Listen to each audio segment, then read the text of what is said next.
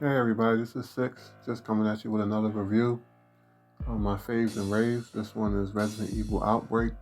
I want to also include Resident Evil Outbreak File number 2. They both released around 2003 and 2005 respectively. It's one of my favorite PS2 games, one of my favorite Resident Evil games in general. Really like this game to this day. Just started playing it not too long ago again, and it felt like riding a bike. Like just hopped right back on and was able to get right back into it. But that's because I played it so much when it first came out. Absolutely love this game. Highly recommend it to anybody who would like to try it. Definitely recommend it to Resident Evil fans out there. It explains a little bit more of the lore of Raccoon City. The characters that you get to pick are like run-of-the-mill ordinary citizens in the game.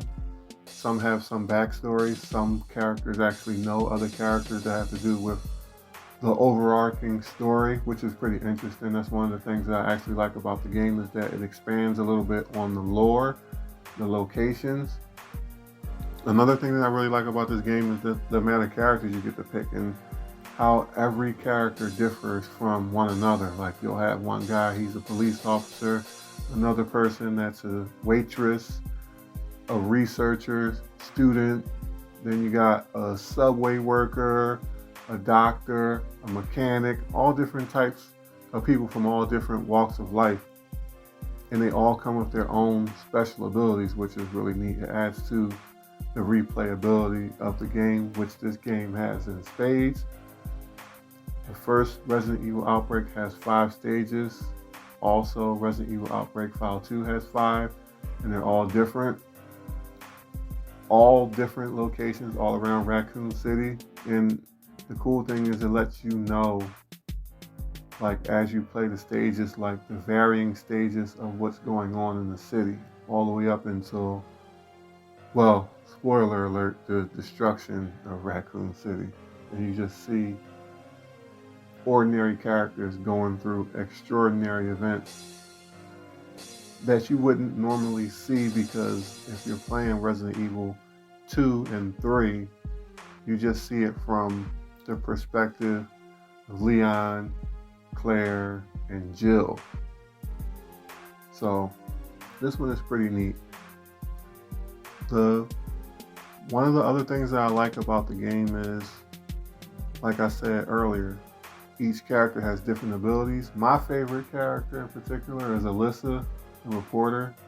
She has lock picks where she can like open doors.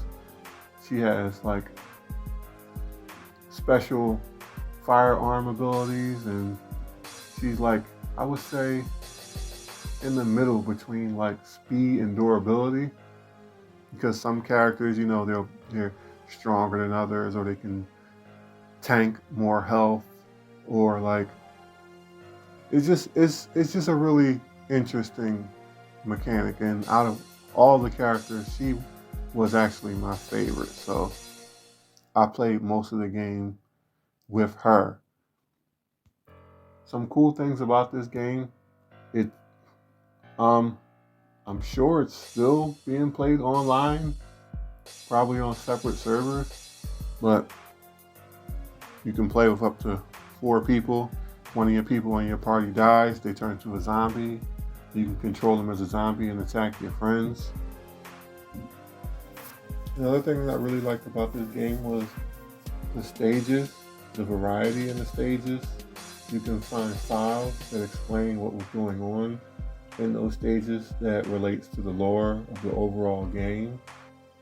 There are multiple endings and exits to each stage. Some stages you might find a stalker enemy.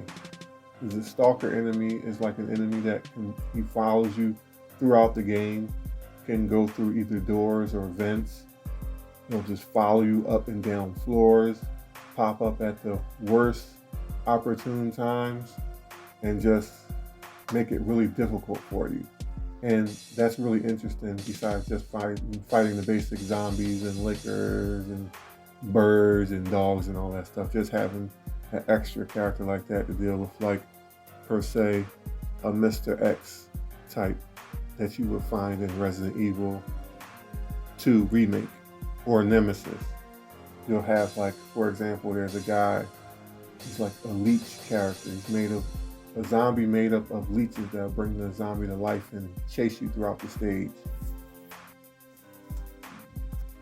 It's pretty cool how you'll try to deal with, getting around the stalker enemies and also trying to solve the puzzles or trying to figure out where to go in your next stage, or whether or not you can help someone who's also dealing with the stalker enemy or a zombie. And that goes into my next thing that I like about the game is the teamwork aspect of the game. It's kind of strange because you can't talk directly using headsets. Capcom had like this sort of ad-lib system where you can communicate with other characters. And me personally, I liked it because not only do you get to hear the characters' voices and you get to see their dialogue, it was just interesting to me trying to like figure it out. I know a lot of people will probably play it and be like, this is kind of archaic and it's kind of clunky, it's really difficult, but I just got into the flow of the game and just enjoyed it for what it was. It was pretty cool. You can like help your characters out, you can give them a shoulder to help them walk faster, or like you can exchange items because each character has limited item slots. Some characters have more, some characters have variations to that. They can carry specific things. So the team aspect really does help. They can like help barricade doors while another character searches for items of interest, or you can like work together to clear out rooms. It's pretty interesting. Like I like how they did it. And on File 2 as well, there's so many different varieties of ways you can play, which just adds to the replayability, like I said before, of this game. It's just really interesting and cool. And another thing I like about this game is the enemies themselves. There's like so many different types of enemies that they throw at you, and it can be really wild sometimes, just the type of enemies that you have to deal with.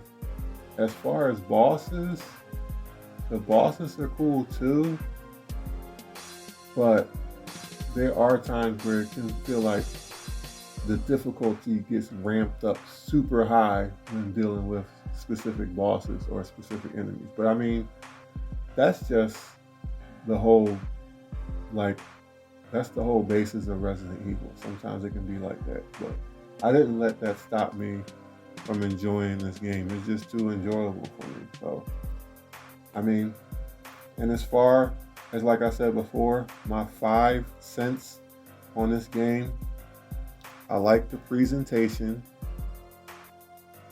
I like the story and the expanded lore of the game. I like the stages, definitely. There's 5 stages on Outbreak 1 and 5 stages on Outbreak 2, and they're all different and add a ton of variety and replayability. I definitely like the characters.